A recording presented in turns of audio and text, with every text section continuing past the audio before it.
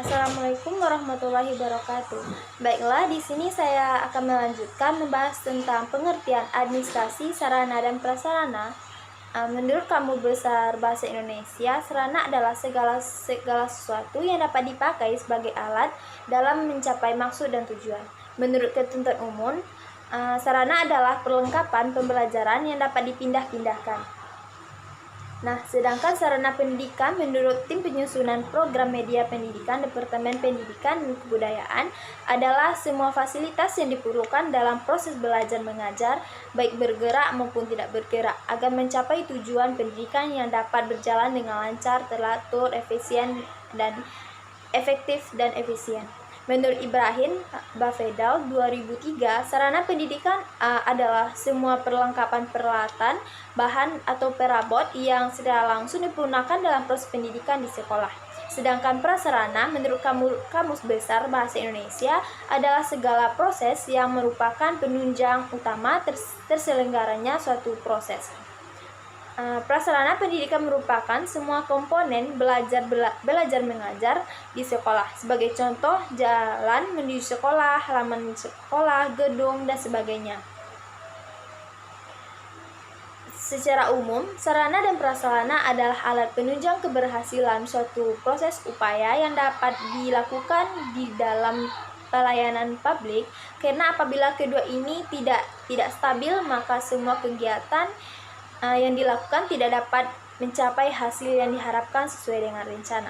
Sarana adalah alat yang digunakan secara langsung untuk mencapai tujuan, misalnya ruang kelas, buku, papan tulis, dan lain-lainnya.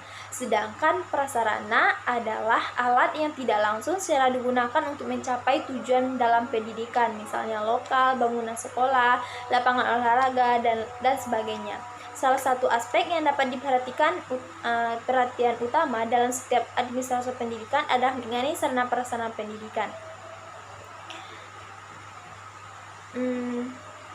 Perlengkapan yang secara langsung digunakan dan menunjang dalam proses pendidikan harus sesuai dengan proses pembelajarannya, seperti gedung, ruang sekolah, kelas, dan alat-alat media pendidikan, meja, kursi, laboratorium, dan sebagainya.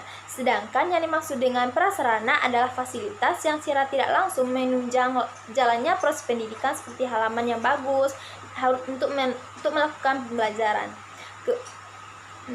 Selanjutnya yaitu sedangkan menurut rumusan tim penyusunan pedoman pembukuan media pendidikan, sarana adalah semua fasilitas yang dipergunakan dalam proses belajar mengajar, baik yang bergerak maupun tidak bergerak, agar pencapaian tujuan pendidikan dapat berjalan dengan lancar, teratur, efisien. Sarana pendidikan terbagi menjadi 3 kelompok. Yang pertama itu bangunan sekolah, perabotan sekolah. Yang kedua itu alat pembelajaran, dan yang terdiri dari pembukuan, alat-alat peraga atau laboratorium. Yang ketiga itu media pendidikan. Administrasi dan prasarana pendidikan merupakan seluruh proses yang direncanakan dalam usaha secara sengaja dan bersungguh-sungguh untuk pembinaan sekolah komisu terhadap benda-benda pendidikan agar senantiasa setiap dipakai dalam PBN sehingga PBN semakin efektif dan efisien.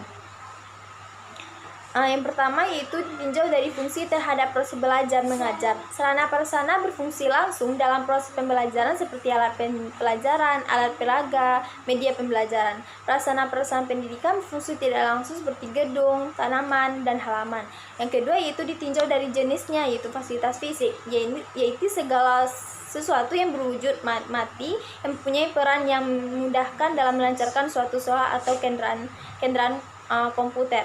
Yang ketiga yaitu ditinjau dari sifat barangnya. Barang yang tidak bergerak dikelompokkan menjadi barang habis seperti kapur tulis, tinta, kertas, dan lain-lainnya.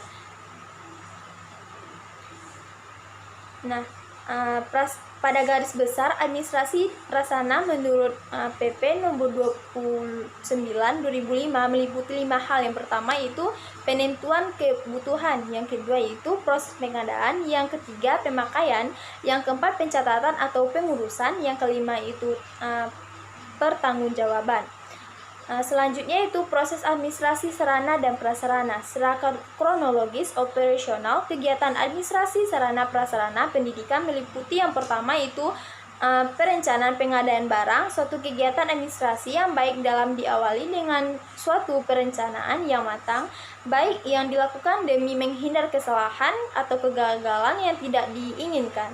Yang kedua yaitu pengadaan barang. Pengadaan merupakan segala kegiatan untuk menyediakan semua keperluan benda, barang, jasa bagi keperluan pelaksanaan tugas. Pengadaan sarana prasarana pendidikan dilakukan sebagai berikut. Yang pertama itu pengadaan tanah, yang kedua itu pengadaan bangunan, yang ketiga yaitu pengadaan perabot, yang keempat pengadaan kendaraan, yang kelima pengadaan sarana prasarana pendidikan. Pengadaan buku-buku atau benda-benda grafik lainnya dapat diadakan dengan membuat sendiri, menerima bantuan, hadiah, hibah, dan lain-lain. Pengadaan sarana pendidikan ada beberapa kemungkinan yang dapat ditempuh. Yang pertama yaitu pembelian dengan biaya pemerintah, yang kedua yaitu pembelian dengan biaya SPP, yang ketiga yaitu bantuan dari BP3, yang keempat yaitu bantuan dari masyarakat, yang ketiga itu adanya penyimpanan. Penyimpanan yaitu menampung atau mewadahi hasil pengadaan barang demi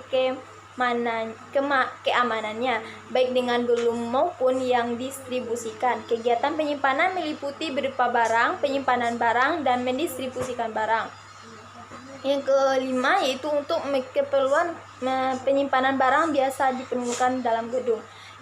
Yang selanjutnya itu ada inventarisasi, merupakan kegiatan untuk mencatat atau menyusun daftar barang yang ada secara teratur menurut ketentuan yang berlaku. Selanjutnya yaitu adanya penyaluran. Penyaluran ini merupakan kegiatan yang menyangkut pemindahan barang dan tanggung jawab dari instansi atau pemegangan yang satu kepada instansi pemegangan yang lain. Kegiatan penyaluran barang yang baik meliputi penyusunan alokasi, penyimpangan barang untuk pusat, dan penyerahan barang. Yang pertama itu penyusunan alokasi. Dilakukan untuk menghindari pemborosan atau pendistribusian barang sehingga merata dan seimbang dengan kebutuhan. Yang kedua yaitu adanya pengiriman barang yang dilakukan untuk pusat-pusat penyeberangan barang. Yang ketiga yaitu penyelenggaraan barang. Selanjutnya yaitu adanya pemeliharaan, merupakan kegiatan penjagaan atau pencegahan dari kerusakan suatu barang sehingga barang tersebut selalu dalam kondisi baik dan siap dipakai. Yang ketujuh yaitu adanya rehabilitas, merupakan kegiatan untuk memperbaiki barang dari kerusakan dengan tambal sulam yang pengganti suku cadang agar barang tersebut dapat dipergunakan lagi. Nah, selanjutnya itu adanya penghapusan atau penyingkiran. Penghapusan merupakan proses kegiatan yang bertujuan untuk mengeluarkan atau menghilangkan barang milik negara dari daftar investasi negara berdasarkan peraturan perundungan yang berlaku. Apabila biaya rehabilitas yang terlalu besar sedangkan daya pemakaiannya terlalu singkat, maka barang tersebut lebih baik tidak dipakai lagi atau dikeluarkan dari daftar investasi. Sebagai salah satu fungsi dari pengolahan, perlengkapan penghapusan mempunyai arti. Yang pertama yaitu mencegah atau sekurang-kurangnya membatasi kerugian yang lebih besar. Yang kedua yaitu meringankan beban atau kerja investasi karena banyaknya barang-barang yang tertinggal atau menyusut. Yang ketiga yaitu memuaskan barang-barang dari tanggung jawab satuan olahraga, organisasi atau lembaga yang mengurusnya. Yang selanjutnya yaitu adanya pengendalian. Seluruh kegiatan administrasi, sarana dan prasarana pendidikan masing-masing tidak lepas dari monitoring setiap saat pimpinan organisasi serta senantiasa dan diperhatikan kerjasamanya satu dengan lainnya. Seluruh kegiatan pengelolaan harus selalu berjalan kompak, serentak, dan terpadu. Dalam pelaksanaan kegiatan pengendalian dapat disusun serangkai kerja sebagai berikut. Yang pertama itu mengikuti proses pengelolaan dari pengadaan sebagai penghapusan. Yang kedua itu menyusun tata cara laporan baik lisan maupun tulisan. Yang ketiga itu mengadakan konsentrasi dari pihak pemimpinan.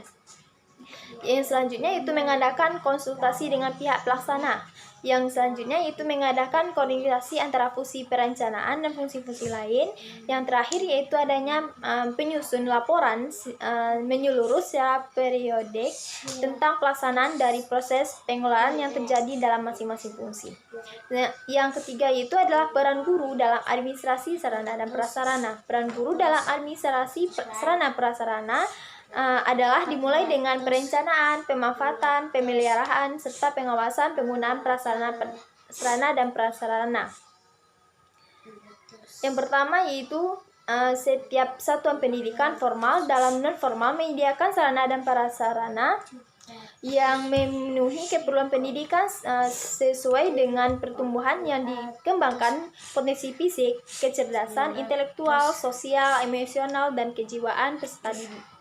Adapun peran guru dalam administrasi sarana prasarana yang pertama itu terlibat dalam perencanaan pengadaan alat bantu atau pengajaran. Yang kedua itu terlibat dalam pemanfaatan atau pemeliharaan alat bantu. Yang ketiga itu pengawasan dan penggunaan alat praktek dan siswa. Sekian dari penjelasan dari saya. Assalamualaikum.